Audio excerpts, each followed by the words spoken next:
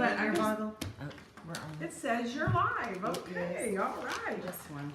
We're here on this January 16th of 2019, and we have have a brand new beautiful face at our table this morning. We're so tickled to have Donna from Texas here with us. And boy, these readings, folks.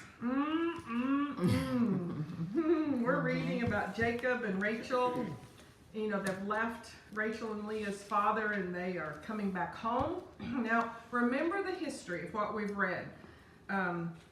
Jacob and Esau was Rebecca and Isaiah's child. Did I get that right, girls? Thank you, Sarah. Jacob was Rebecca and Isaiah's. Right? It was Isaiah and... Yes. Okay, sorry, guys. Anyway, his brother is Esau. Yes. His father was...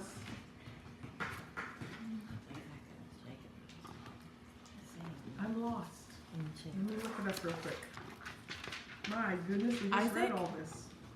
Isaac is the father of Esau Thank you. and Jacob. Who? Isaac. Isaac. So, yes, it's Isaac. Of course it's Isaac. Lest you guys think I'm perfect or anything, I'm telling you. Nothing like getting I distracted was on a going to say, detail. you're allowed to get distracted. I am? Yes, there's a lot going on. I get excited and then I get ahead of myself. So Isaac and Rebecca had Jacob and Esau. They were twins. Esau was born first. As they were delivered, Jacob had a hold of Esau's ankle. And then they grew up. Esau was the hunter. Jacob was the one that stayed in, did the gardening and the cooking and different things like that. Rebecca loved Jacob. And Isaac loved Esau. Remember that? And then this is back in the day when the firstborn had firstborn rights. They had a status all of their own that was a birthright. It was because of the order in which they were born. It wasn't that they earned it. It wasn't that they... And Jacob, Esau, out of weakness, gave up his birthrights for food, for a stew, if you guys remember that. And then later on, when Isaac is on his deathbed, Rebecca helped Jacob deceive Esau and his father Isaac, and manipulated and deceived and with a lack of integrity worked the situation to where Isaac gave the blessing to Jacob and not to Esau. Now, the history is important for today, at least for what I got out of it, even if I did have trouble remember Isaac's name. It's important because here we are now. Rebecca and Isaac are gone, and Jacob has gone on to go get his wife, and he fell in love with and married Rachel, and through deception he was deceived, very much like what he had deceived his own father. And Rachel's father deceived him, and on his wedding night gave him Leah instead, and she gave him 2 sons, and then he did get to marry Rachel, and it ended up, I believe it was over 30 years, he stayed in servitude to the girls' father, and it just, the whole situation just kept getting worse and worse and worse. Laban was just, you know, not doing things right towards Jacob at all, and because God's blessing is on Jacob, everything he touches is blessed. Everything he touches is blessed.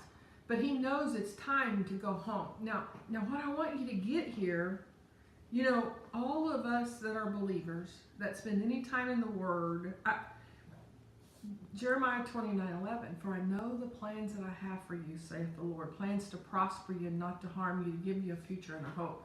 When we're His, it's His plan that works out in our life. When we wake up and we say, okay, well, Lord, I have this plan today. And starting at 8 o'clock, I'm going to do this and this and this is my schedule, Lord. Okay, this is my schedule. But you know what? I give that schedule to you. And then something happens and your whole day looks totally different than what you had scheduled it to look like. That you gave your schedule to Him. Then what we know by faith is that day went exactly the way God wanted that day to go. Right? I mean, we can break it down into a day like that, and when we really mean, I'm talking about the most sincere, I'm His. Lord, I don't care if you send me to Africa and I sleep on dirt floors. That has been my prayer for 18 years, I guess. Lord, I'm yours. As long as I know I'm yours, I don't care what you do with me. That's a die to self. I had to do that. I mean, I had a career. I had a career with a government job, with security, with 6 figures, that was doing nothing but getting better and better. I was on the fast track. The Rising Star program. They had poured thousands and thousands of dollars in me through the Advanced Leadership program, the Plant Manager program. I mean, on and on and on. And I said, no, I'm yours. I just got to know that I'm yours. And when we do that, when we die to self and we say, I don't care what this looks like. I don't care what it looks like with my relationship with my children. As long as I'm yours, Father, I trust you. I don't care what this marriage looks like. As long as I'm yours, Father, by faith, I know I'm good. I don't care what this business looks like. As long as I'm yours. Right? Y'all with me? Mm-hmm. This is where we find Jacob.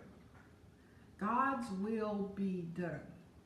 God's will. Do you really mean that? Are you willing to give it all up? Do you really mean that? Because this is a picture of this. Now, so we just talked about what Jacob left when he went to go find Rachel. He left all of his lies, all of his deception, all of his manipulations, all of the things he did wrong was left back in his homeland.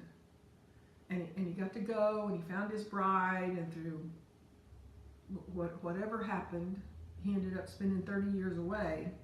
But why did he leave?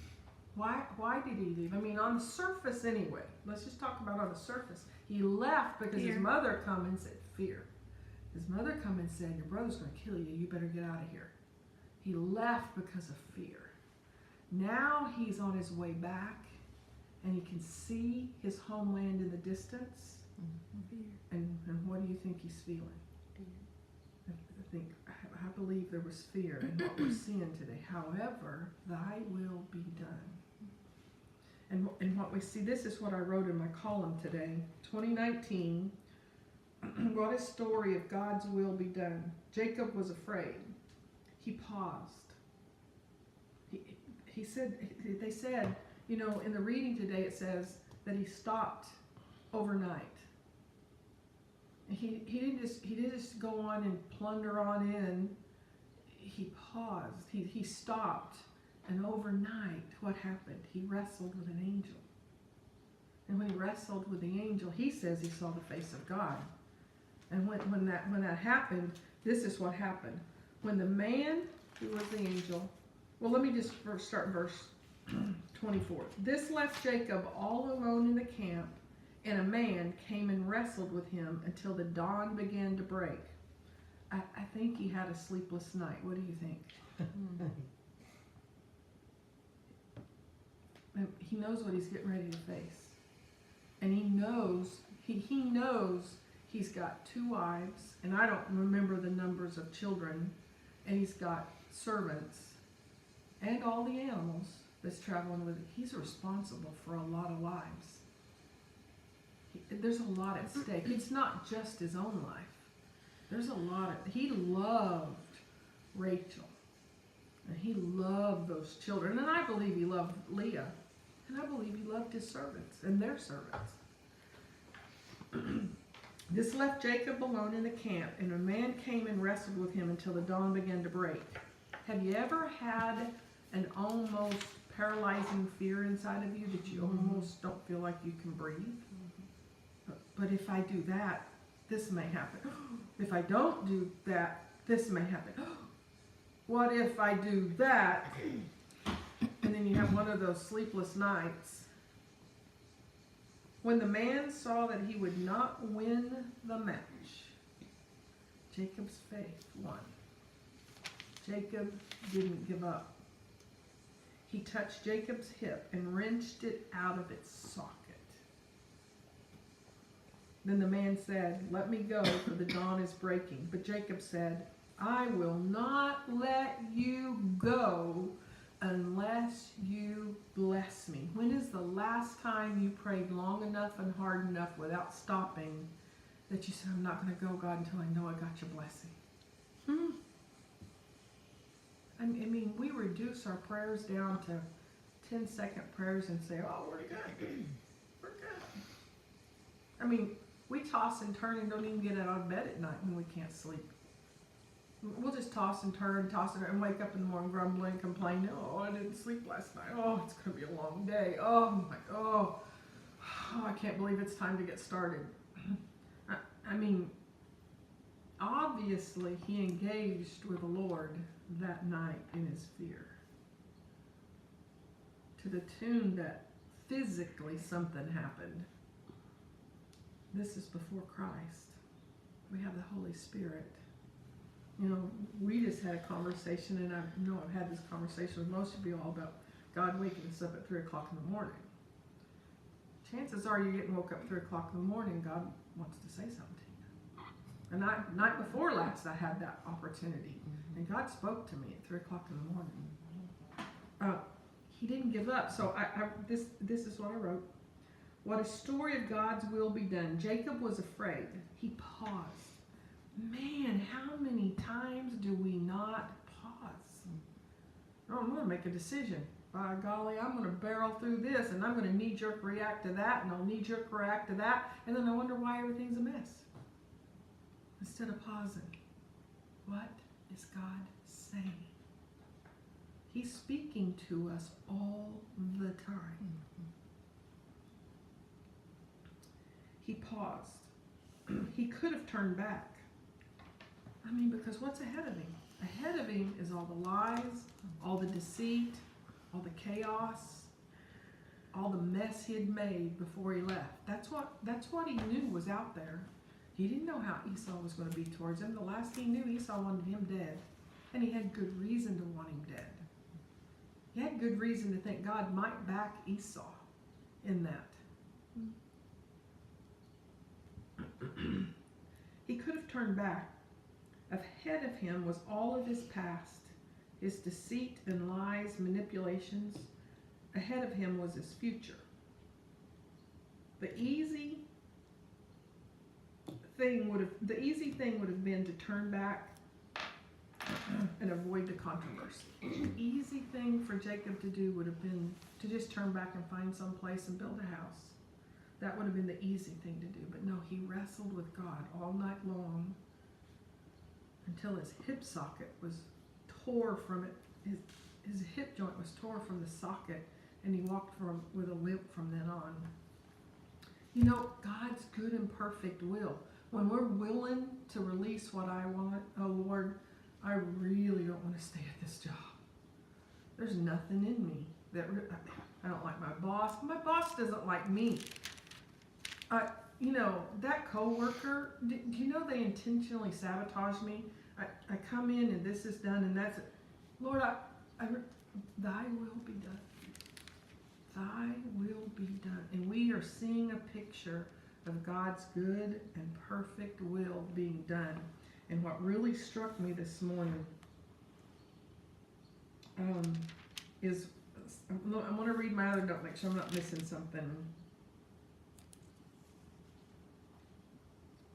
Oh yeah, okay, I knew I wanted to make this point. So now what's happening is this morning, Jacob's had his experience with the Lord. Jacob knows what he's supposed to do, and he has a physical reminder in a limp. God's will be done, and he looks, and there's Esau. So what about Esau? What about Esau? When Jacob left, what was he full of? Hate, rage, bitterness, unforgiveness, anger, jealousy, you name it. Murder. He was full of murder. He wanted to kill his brother. He probably would have killed his brother. Back in those days, he would have killed him. And what drove, all of those things we just talked about, what was the underlying factor for him? What drove the rage? What drove the jealousy? What drove the anger? What drove Deceit. this fear? I don't have my birthright. But I'm the firstborn. I'm supposed to have, what do I do without a birthright? I don't have the blessing. I mean, remember what he said to his father? No, bless me too, please. Please, you can't just bless Jacob. You gotta bless me. Give me something. Give me something. Give me any. I can't face tomorrow without something. I'm afraid of what tomorrow's going to hold. I don't know what tomorrow looks like. That was Esau. Now where are they? So here we are. We got this brother here, looking ahead, going back into all that he had created when he left. And we got this brother that when this one left had nothing but hatred, and they both had the same thing driving them, and it was fear. And now they're getting ready to come face to face. And when they come face to face, this is what happened. Let's just read verse 33. Then Jacob looked up and saw Esau coming with his 400 men. Oh, you know, Jacob wasn't just facing Esau. Mm-hmm. He had an army behind him. Jacob had 2 wives and some children and some animals. So he divided the children among Leah, Rachel, and his 2 servant wives. He put the servant wives and their children at the front, Leah and her children next, and Rachel and Joseph last. Then, and I could talk for days about those sentences right there, but I won't. Then Jacob went on ahead. As he approached his brother, he bowed to the ground 7 times before him. He bowed to the ground 7 times. This is the man with the birthright. This is the man with the blessing. This is the man who just wrestled all night long with God and didn't give up.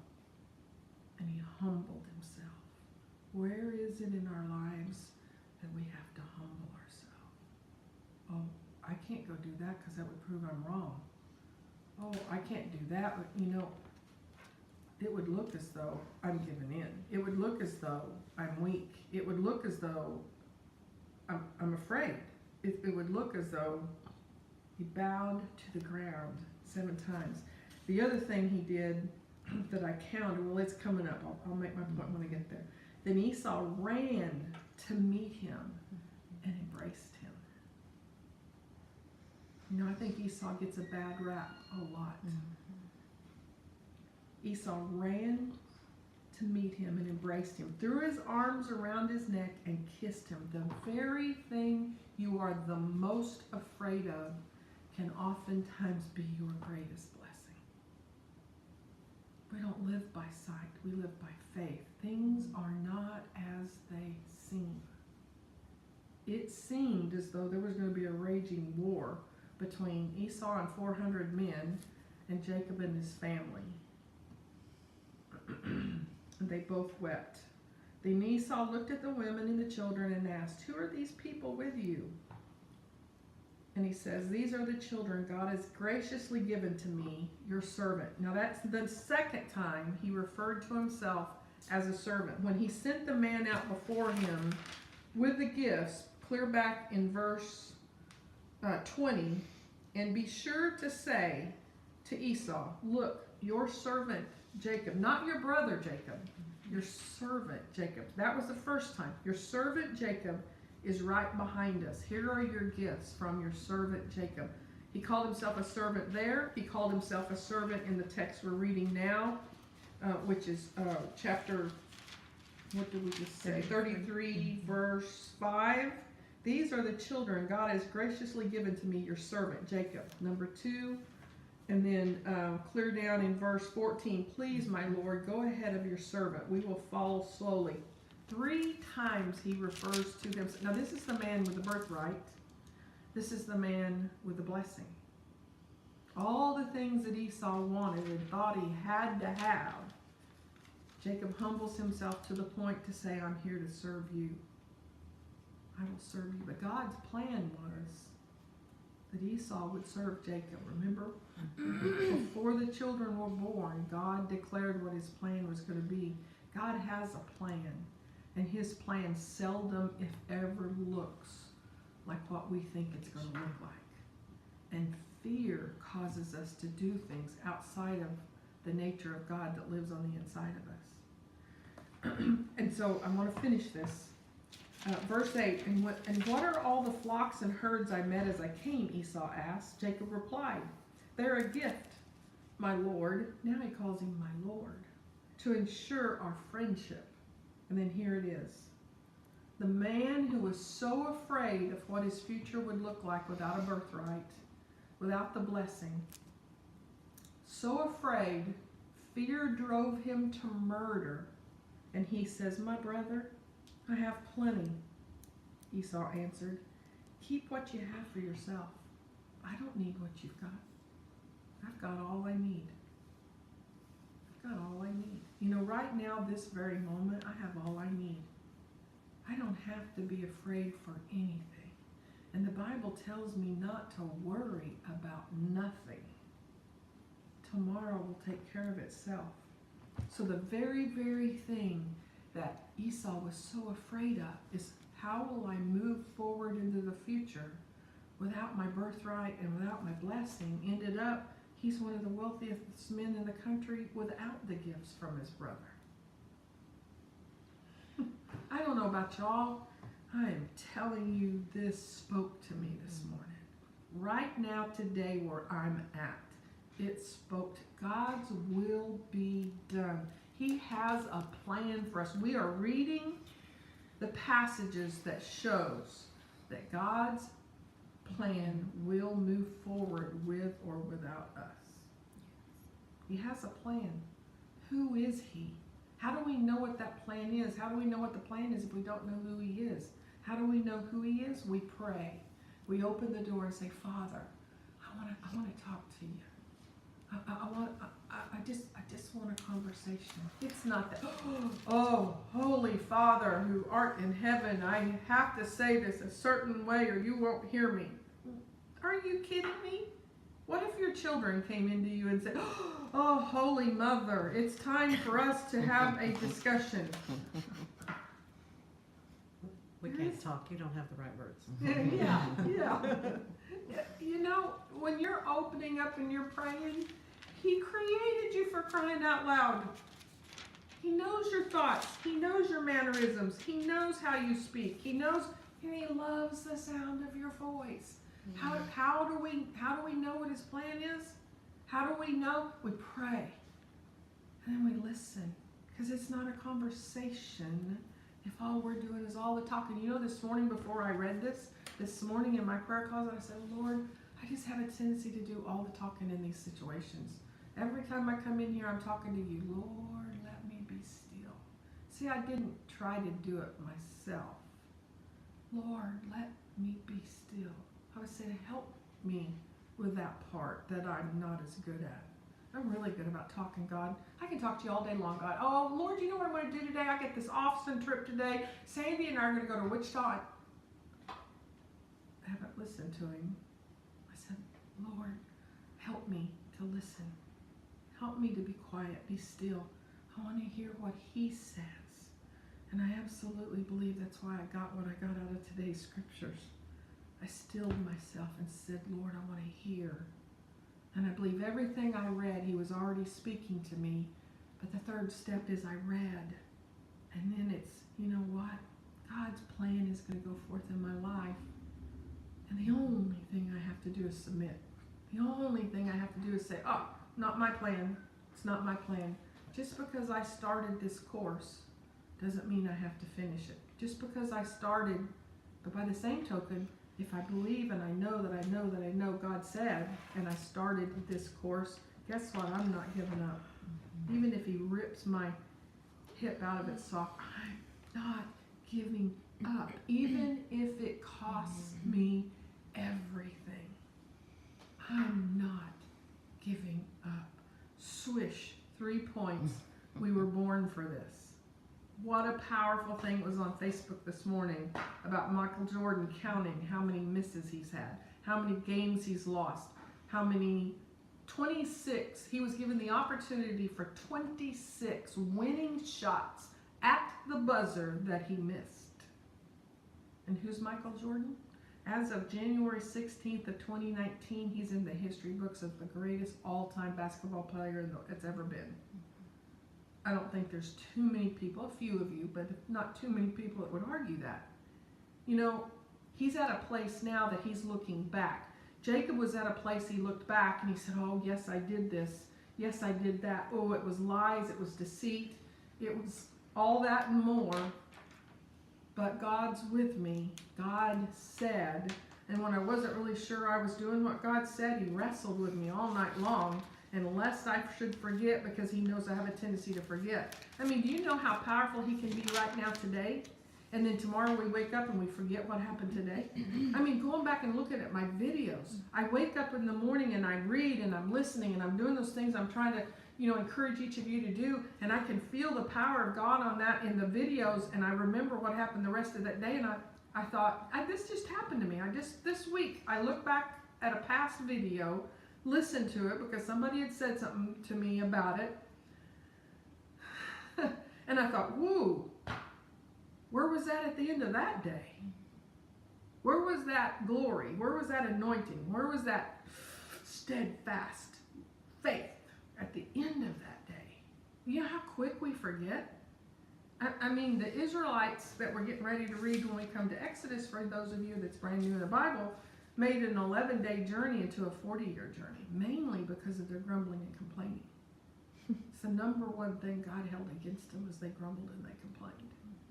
God's will be done. We read today God's plan moving forth in spite of Jacob and all of his lying and all of his deceit, in spite of Esau and with all of his hatred and all of his anger and his murderous rage. God's will be done. And the rest is history. The rest is history. Whew. I'll finish with some words in Matthew. We're in Matthew chapter 11, and I want to read verse 27. My Father has entrusted everything to me. Now, I want you to read that as though that's your statement. I love reading in Matthew, Mark, Luke, and John, and I love the words in red.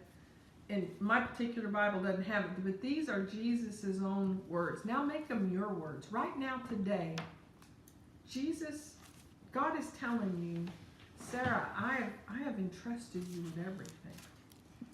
Larissa, I'm entrusting you with everything. My Father has entrusted everything to me. No one truly knows the Son except the Father, and no one truly knows the Father except the Son, and those to whom the Son chooses reveal him. Then Jesus said, I want you to put your name right here. Donna, come to me. Renee, come to me. All of you who are weary and carry heavy burdens, Rhonda, and I will give you rest. Take my yoke upon you. Let me teach you, Kim, because I am humble and gentle at heart, and you will find rest for your souls, Larissa. For my yoke is easy to bear, and the burden I give you is light. What a great way to end today. So thank you, guys. I'll be out of town the next couple of days traveling. I don't know yet if I'm going to try to do it in the morning, but it's very likely Kim may fill in for me the next couple of days. God bless y'all.